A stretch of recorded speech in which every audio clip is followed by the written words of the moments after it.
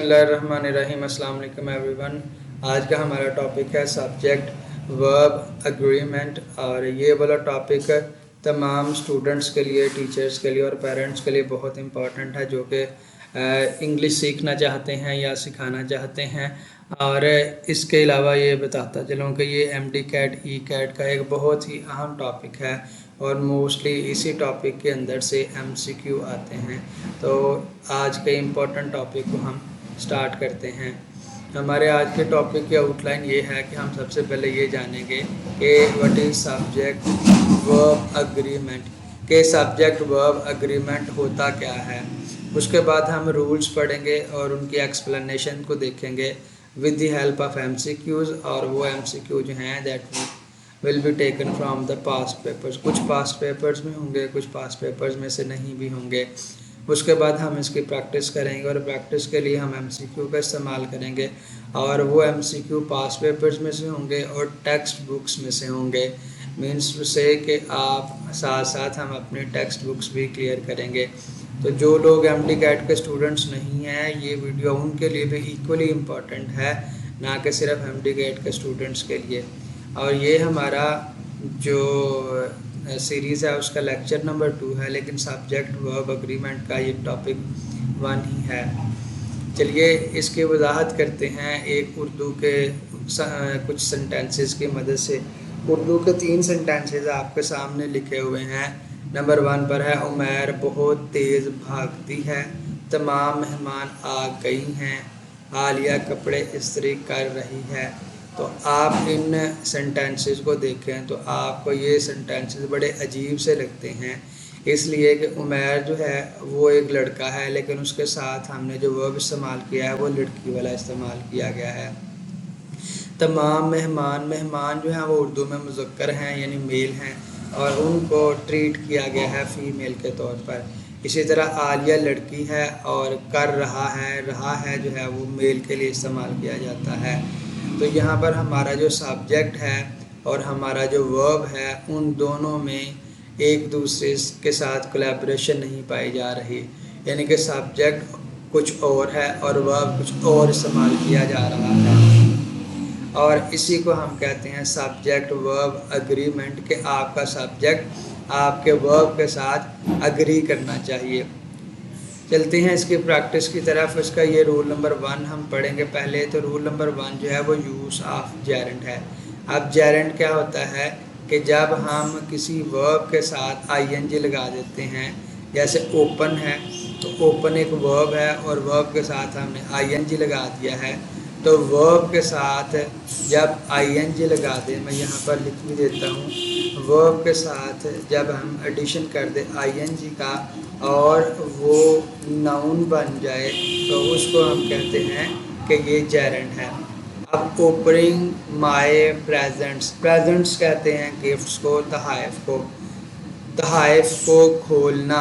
अगर जो प्रेजेंट्स जो है वो जमा है, लेकिन ओपनिंग माय प्रेजेंट्स ये जो फ्रेज़ है, ये 3 वर्ड्स जो हैं जब आपस में मिलते हैं तो इनको हम फ्रेज़ कहते हैं। तो ये जो फ्रेज़ है जिसको हम नामुकम्मल जुमला भी कहते हैं, ये फ्रेज़ सिंगुलर ट्रीट किया जाएगा, ना कि प्लूरल। तो जो हमारा फ्रेज़ है opening my presents was exciting, ना कि वर एक्साइटिंग, हमने प्रेजेंट्स को नहीं देखना, हमने opening my presents complete phrase को देखना है। तो तहाइफ को खोलना बहुत एक्साइटिंग होता है, इसका मीनिंग ये है। तो इसको ओपनिंग जो है जब हम आईएनजी लगाते हैं, ये मैंने एक्सप्लेन कर दिया कि इसको हम कहते हैं जेरेंट। इसके प्रैक्टिस हम देख सकते हैं कि ईटिंग वेजिटेबल इज़ हेल्दी या वॉज हेल्दी। अगरचे वेजिटेबल है लेकिन हम यहाँ पर वॉज लगाएंगे, तो was is our right answer. Reading books, books भी प्लूरल है, सिमिलरली हम वॉज लगाएंगे। इसी तरह से कंप्लीटिंग द प्रोजेक्ट, यहाँ पर भी हम वॉज लगाएंगे। Watching the sunset was peaceful, staying for the exams was exhausting. So इस तरह से हम इनका इस्तेमाल करेंगे। तो ये हमारा रूल नंबर 1 था। आगे हम बढ़ते हैं रूल नंबर 2 की तरफ। जी, सब्जेक्ट वर्ब एग्रीमेंट का रूल नंबर 2 है use of here and there. आम तौर पर क्या होता है कि पहले सब्जेक्ट होता है, अगर वो सिंगुलर है तो उसके साथ वर्ब और हेल्पिंग वर्ब भी सिंगुलर होते हैं, अगर वो प्लूरल है तो उसके साथ वर्ब और हेल्पिंग वर्ब भी प्लूरल होते हैं। लेकिन जब हियर और दियर की बात आएगी तो फिर हम क्या करेंगे कि पहले हम हियर लगाएंगे, उसके बाद हेल्पिंग वर्ब आएगा, उसके बाद सब्जेक्ट आएगा। यानी कि हियर लाइज अ मैन या लाई अ मैन, यानी और मैन चूँकि प्लूरल सिंगुलर है तो उसके साथ हम लाइज लगाएंगे। कहने का मतलब सिर्फ ये है कि पहले वर्ब आएगा, उसके बाद सब्जेक्ट आएगा। ये हियर और दियर में एक्सेप्शन है। पहले सब्जेक्ट आता है, उसके बाद वर्ब आता है, लेकिन जब हियर आएगा या देयर आएगा तो वहाँ पर पहले वर्ब आएगा, उसके बाद सब्जेक्ट आएगा। यहाँ पर जैसे देयर कम लोकस, यानी कि लोकस जो है वो अब प्लूरल हैं तो इसके साथ हम कम नहीं कम लगाएंगे, ना कि कम्स लगाएंगे। इसी तरह से there dash no other like it in any of the shop, like it जो है वो सिंगुलर है तो इसका मतलब देयर वॉज आएगा, there was no other like it on in any of the shop, so voice is the correct option। आपकी practice के लिए कुछ जुमले दिए हुए हैं, इनको आप स्क्रीनशॉट लें और इसकी प्रैक्टिस करें। कोई क्वेश्चन है तो you are most welcome, you can ask me in the comment section. Thank you ji. Rule number 3 है the use of number and quantity. Number का मतलब जो है ये होता है तादाद, और क्वांटिटी का मतलब होता है मिकदार। तादाद को हम गिनते हैं, काउंट करते हैं, और क्वांटिटी की हम पैमाइश करते हैं या उसको हम मेजर करते हैं। तो यहाँ पर रूल ये है कि सम नाउन्स आर काउंटेड, कुछ नाउन्स ऐसे हैं जिनको गिना जाता है। नंबर्ड वही मतलब है, वाइल सम आर मेजर्ड, जबकि कुछ जो हैं उनकी पैमाइश की जाती है। जैसा कि a large dash of people were there, जब जो पीपल हैं, लोग हैं, तो उनको गिना जाता है, ना कि नापा तो जाता है या पैमाइश की जाती है। तो जब लोगों को गिना जाता है तो गिना जाने के लिए फिर हम नंबर का वर्ड इस्तेमाल करेंगे। सो इसका जो राइट ऑप्शन है वो नंबर है। A large number of people were there. Similarly one should not eat dash sugar. अब मच और मैनी, जो मच है ये भी मिकदार के लिए, क्वांटिटी के लिए इस्तेमाल होता है, और मैनी जो है वो तादाद के लिए इस्तेमाल होता है। तो one should not eat much sugar, so much is the right option here. Now let's move towards the exercise और practice of this particular rule. यहाँ पर आपके सामने है, आप इसका स्क्रीनशॉट ले सकते हैं कि there is large number of books on the shelf. Shelf के ऊपर, अलमारी के ऊपर काफ़ी ज़्यादा किताबें पड़ी हुई हैं। We have received a significant amount of donation. जो डोनेशन है, जो अतियात हैं, उनको अमाउंट उसके लिए इस्तेमाल होता है क्योंकि वो काफ़ी ज़्यादा पैमाइश में आते हैं, नापे तोले में जाते हैं। Significant amount of. इसी तरह से she has red, this is red, has है इसलिए red. She has red dash books this year. Red के बाद हम बुक्स है, ज़्यादा है तो बुक्स को हम काउंट करते हैं, उनकी तादाद होती है, इसलिए हम उनके लिए मैनी इस्तेमाल करते हैं। इसी तरह से you should drink dash water daily. You should drink much water, क्योंकि वाटर को हम मेजर करते हैं, वो एक क्वांटिटी होती है, इसलिए हम यहाँ पर मच इस्तेमाल करते हैं। इसी तरह से आप इन 10 की 10 की प्रैक्टिस कर सकते हैं और अपने नॉलेज को एनहांस कर सकते हैं। आगे चलते हैं। Adjective for numbers. ये वो वाले एडजेक्टिव्स हैं जो नंबर्स के लिए, यानी कि तादाद के लिए इस्तेमाल होते हैं, जिनको हम गिनते हैं। Numerous, few, several, single, multiple, numerical, few, various, abundant, countless. ये सारे के सारे वो वाले एडजेक्टिव्स हैं जो कि इस्तेमाल होते हैं नंबर्स के लिए, यानी कि इनको हम गिनते हैं, शुमार करते हैं, काउंट करते हैं। तो ये एडजेक्टिव ऑफ नंबर्स हैं। इसी तरह से यहाँ पर हम देखें तो ये सारे के सारे एडजेक्टिव ऑफ मेजरमेंट है। एडजेक्टिव ऑफ मेजरमेंट का मतलब ये है कि ये वो वाले एडजेक्टिव्स हैं जिनको हम पैमाइश के लिए इस्तेमाल करते हैं। इसी तरह से ये वो सारे एडजेक्टिव्स ऑफ मेजरमेंट है जिनको हम मेजर करने के लिए, पैमाइश करने के लिए, नापने तोलने के लिए इस्तेमाल करते हैं, जैसे large, small, heavy, light, long, short, wide, narrow, deep and shallow. So this was the rule number 3 of subject verb agreement. जी, रूल नंबर 4 है, वेरी सिंपल है, you must be familiar about this particular rule. तो इस rule में हम देखते हैं कि use of who, which and that. और आप जानते हैं हु जो है वो यूज़ होता है फॉर लिविंग के लिए, जानदारों के लिए, which is use for non living, जो नॉन लिविंग है उसके लिए, और दैट इस्तेमाल होता है फॉर स्पेसिफिक वन, कोई मखसूस, वो जानदार भी हो सकता है, बेजान भी हो सकता है, लेकिन किसी ख़ास चीज़ की तरफ जब आपने इशारा करना है जो कि ऑलरेडी आपके नॉलेज में है, जो कि पहले से डिफाइंड है, तो उसके लिए आप दैट इस्तेमाल करते हैं। ये सेकंड ईयर की बुक में से लिया गया एक एग्जांपल है जो कि पहले पास पेपर्स में आ चुकी हुई है। It was a tramp dash has many other things to think about. Tramp कहते हैं एक आवारा आदमी को, जो आवारा आदमी है जिसका मतलब वो जानदार है, तो उसके लिए हम फिर विच इस्तेमाल नहीं करेंगे एक, बल्कि हु इस्तेमाल करेंगे। सो ये उसकी एक एग्जांपल थी for the sake of explanation. Now let's move towards other example for the sake of practice. तो यहाँ पर आप देख सकते हैं the book dash you lent me is fascinating. वो किताब जो आपने मुझसे उधार ली थी वो बड़ी ही फैसिनेटिंग थी। जो बुक है उसके लिए फिर हम दैट इस्तेमाल करेंगे। द बुक दैट यानी कि ऑलरेडी जिसको हम इंट्रोड्यूस्ड है उसका हमें पता है।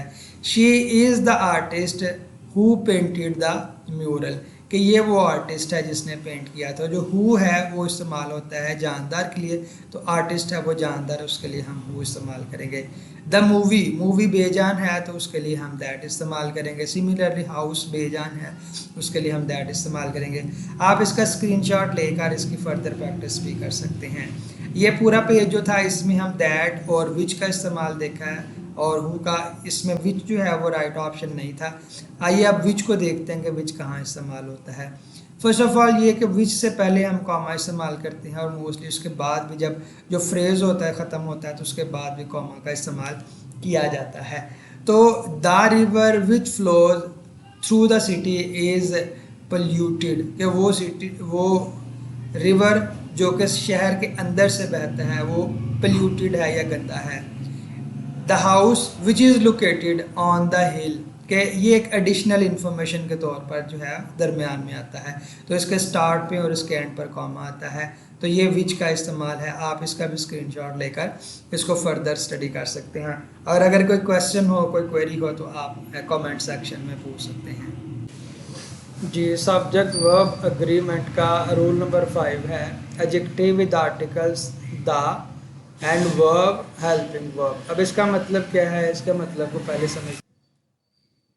इसका मतलब ये है कि यहाँ पर देखिएगा, ये हमारे पास एक एडजेक्टिव है पुअर, और इसी तरह से सच और ब्रेव। जब हम एडजेक्टिव के साथ THE दा लगाते हैं तो फिर क्या होता है। वैसे तो पुअर जो है वो सिंगुलर है, लेकिन पुअर के साथ जब हम दा लगाते हैं तो वो एक पूरी क्लास को रिप्रेजेंट करता है, वो एक पूरे ग्रुप को रिप्रेजेंट करता है। और जब ये पूरे ग्रुप को रिप्रेजेंट करता है तो फिर ये सिंगुलर ट्रीट नहीं किया जाता, बल्कि प्लूरल ट्रीट किया जाता है। इसीलिए इसके साथ हम जब वर्ब लगाएंगे या हेल्पिंग वर्ब लगाएंगे तो वो प्लूरल लगाएंगे, ना कि सिंगुलर लगाएंगे। जैसा कि the poor are getting poorer, are is the right option. मैं इसको बोल्ड भी कर रहा हूँ। Similarly the love the dead, sorry, through love the dead dash to life. अब द डेड जो है ये प्लूरल हो गया है, तो इसके साथ हम राइजेस नहीं लगाएंगे बल्कि राइज लगाएंगे। इसी तरह से the rich at the upper level dash a golden chance. अब द रिच जो है वो सिंगुलर नहीं रहा है, वो प्लूरल बन गया है, तो इसके साथ हम गेट लगाएंगे, ना कि गेट्स लगाएंगे। इसी की मज़ीद हम प्रैक्टिस करते हैं। प्रैक्टिस के लिए ये सेंटेंसेस आपके सामने हैं, आप इनको देख के प्रैक्टिस कर सकते हैं। और मुनासिब ये है कि आप इसका स्क्रीनशॉट लें और इसको आराम से रीड करें, या फिर वीडियो को पॉज करके आप इसको हल करने की कोशिश करें। वैसे तो राइट ऑप्शन मैंने साथ में दिए हुए हैं। Rule number 6, subject verb agreement. Fraction, portion, percentage and verb, helping verb, इनके जब ये वाली चीज़ें आ जाएं तो उनके साथ वर्ब और हेल्पिंग वर्ब कैसे लगेगा या क्या लगेगा। यहाँ पर देखिएगा हमारे सामने कुछ इसके एक्सप्लेनेशन है। Number 1, 21% of the population is poor, not are poor. हमने पॉपुलेशन को देखना है, ना के 21% को देखना है। Majority of the students, majority को नहीं देखना, स्टूडेंट्स को देखना है। आर पुअर, यानी कि जो एंड पर आ रहा है, बाद में आ रहा है, उसके अकॉर्डिंग हम इज, एम, आर या वाज वर लगाएंगे। In India during 1913 93% of the British garrisons, ये देखिए ये जो प्लूरल है उसी के साथ, उसी के अकॉर्डिंग हम लगाएंगे, वर लगाएंगे, ना कि वाज लगाएंगे। इसी तरह से 1/3 of the death rate is reduced, यानी कि डेथ रेट जो यहाँ पर अगर सिंगुलर है तो हम यहाँ पर हेल्पिंग वर्ब भी सिंगुलर लगाएंगे, अगर प्लूरल है तो प्लूरल लगाएंगे। 2/3 of the school has gone down with the German measles. Similarly, half of the gigantic dash is mainly under French control. Half of the gigantic, जो gigantic है उसमें हम is का इस्तेमाल करेंगे। ये आपके सामने प्रैक्टिस है, आपने इसका स्क्रीनशॉट लेना है, इसको आपने सॉल्व करने की कोशिश करनी है। जहन में ये रखना है कि पोर्शन के बाद, परसेंटेज के बाद या फ्रैक्शन के बाद जो वर्ड अगर सिंगुलर है तो हम सिंगुलर लगाएंगे, अगर प्लूरल है तो हम प्लूरल लगाएंगे। इसको सामने रखते हुए आपने इसको सॉल्व करना है। अगर आपको कोई क्वेश्चन है, किसी बात की समझ नहीं आती तो आप कमेंट सेक्शन में पूछ सकते हैं। जी, सब्जेक्ट वर्ब एग्रीमेंट का part number 7, agreement between subject word 1 and main verb और हेल्पिंग वर्ब। वजाहत क्या है, एग्जाम्पल से देखते हैं। Wheat as well as other fruits, हमारे पास यहाँ पर जो सब्जेक्ट है उसके दो वर्ड हैं, एक वीट और एक फ्रूट्स। अब जो यहाँ पर जो हेल्पिंग वर्ब लगेगा वो वीट के अकॉर्डिंग लगेगा या फ्रूट्स के अकॉर्डिंग लगेगा। यहाँ पर आप देख सकते हैं कि वॉज लगेगा या वर लगेगा। अगर हम फ्रूट्स के अकॉर्डिंग लगाएं तो वर लगेगा क्योंकि प्लूरल के साथ वर लगता है। अगर हम वीट के अकॉर्डिंग लगाएं तो यहाँ पर वॉज लगेगा क्योंकि ये सिंगुलर है, सिंगुलर के साथ वॉज लगता है। अब यहाँ पर लगेगा क्या, वैसे यहाँ पर वॉज लगेगा, लेकिन क्यों, उसकी वजाहत हम देखते हैं। ये वो वाले वर्ड्स हैं जब इनको एक वर्ड को या एक सब्जेक्ट को, फर्स्ट सब्जेक्ट को दूसरे के साथ मिलाया जाए, अगर इनके साथ मिलाया जाएगा, इन वर्ड्स के साथ, तो उसके साथ हेल्पिंग वर्ब सिंगुलर आएगा, ना कि प्लूरल। यूज वर्ब और helping verb according to the subject word 1, जो वर्ड 1 है, if two subject words are joined by any of the following. So अगर इनसे पहले जो सब्जेक्ट प्लूरल है तो हम हेल्पिंग वर्ब या वर्ब भी प्लूरल लगाएंगे, अगर सिंगुलर है तो हम सिंगुलर लगाएंगे। इसका आप स्क्रीनशॉट ले लें ताकि आपको याद रहे। अच्छा, प्रैक्टिस करते हैं। पर्शियन स्लेव वॉज या वर कॉम। जी, a reference as the Gulistan is one of the Bibles of the word dash very famous, is very famous या are very famous।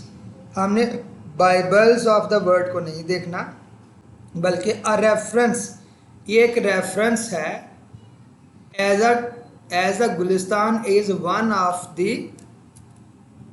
Bibles of the world, तो ये जो reference है उसको हमने देखना, तो उसके साथ हम इज लगाएंगे। All except the well as Latin quotation dash include in chips farewell. तो यहाँ पर ऑल इस्तेमाल हुआ है तो ऑल प्लूरल होता है, तो इसलिए हम यहाँ पर वर लगाएंगे। China together with other civilization, China दूसरी सिविलाइजेशन के साथ, हमने चाइना को देखना है तो चाइना सिंगुलर है तो यहाँ पर हम हैज़ लगाएंगे ना कि हैव लगाएंगे। मैं इसको हाईलाइट भी करके दे रहा हूँ। ओके, इसी तरह से all my old clothes including coat was or were sent to rummage sale। all my clothes, ये चूंकि प्लूरल है उसके बाद सिंगुलर आ रही हैं तो यहाँ पर हम वर को बोल्ड करेंगे, हाईलाइट करेंगे क्योंकि यही करेक्ट ऑप्शन है। इसके फर्दर प्रैक्टिस की तरफ देखते हैं तो यहाँ पर इसका स्क्रीनशॉट लें और अपने आप को खुद जज करें कि क्या आपको इसकी समझ आई है या नहीं। जी, सब्जेक्ट वर्ब अग्रीमेंट का रोल नंबर 8 है, agreement between subject verb two and main verb helping verb. इसकी एक्सप्लेनेशन देखते हैं कि इसका मतलब क्या है। इसका मतलब ये है कि नीदर द बायर, एक जो सब्जेक्ट ये है, एक सब्जेक्ट ये है, nor the sales managers, sale managers एक सब्जेक्ट ये है। सो एक सब्जेक्ट ये, एक सब्जेक्ट ये, तो हमने किसके अकॉर्डिंग हेल्पिंग वर्ब लगाना है। तो इसकी वजाहत ये है कि जिन वर्ड्स, जिन सेंटेंसेस में ये वाली कॉम्बिनेशन आ जाए, नीदर नॉर, ईदर और, नॉट ओनली बट ऑल्सो, इनको हम को रिलेटिव एडजेक्टिव्स भी कहते हैं। तो जब ये आ जाए तो हमने जो हेल्पिंग वर्ब है वो दूसरे वाले सब्जेक्ट के अकॉर्डिंग लगाना है कि जो सब्जेक्ट वर्ब टू है, दूसरा जो वर्ड है उसके अकॉर्डिंग लगाना है, ना कि पहले के अकॉर्डिंग। चलिए इसके प्रैक्टिस करते हैं। ईदर सर्टन केमिकल्स और हीट, पहले जो है केमिकल्स प्लूरल है, उसके बाद हीट इस्तेमाल हुआ है वो सिंगुलर है, तो हमने ईदर और का इस्तेमाल हुआ है तो हमने हीट के अकॉर्डिंग लगाना है वर्ब या हेल्पिंग वर्ब। तो हीट सिंगुलर है तो हम वॉज को टिक करेंगे, तो was is our correct option. Either the obtuse quake और the camel man, camel man अब यहाँ पर प्लूरल आ गया है तो हम वर लगाएंगे। Neither the soldiers plural, nor the king singular, अब नॉर के साथ सिंगुलर है तो हम सिंगुलर को टिक करेंगे, तो this is our right option. And now this is the practice work for you, so you can take the screenshot of this particular slide and you can practice it accordingly। तो अगर आपको कोई question हो तो you are most welcome, you can ask me in the comment section।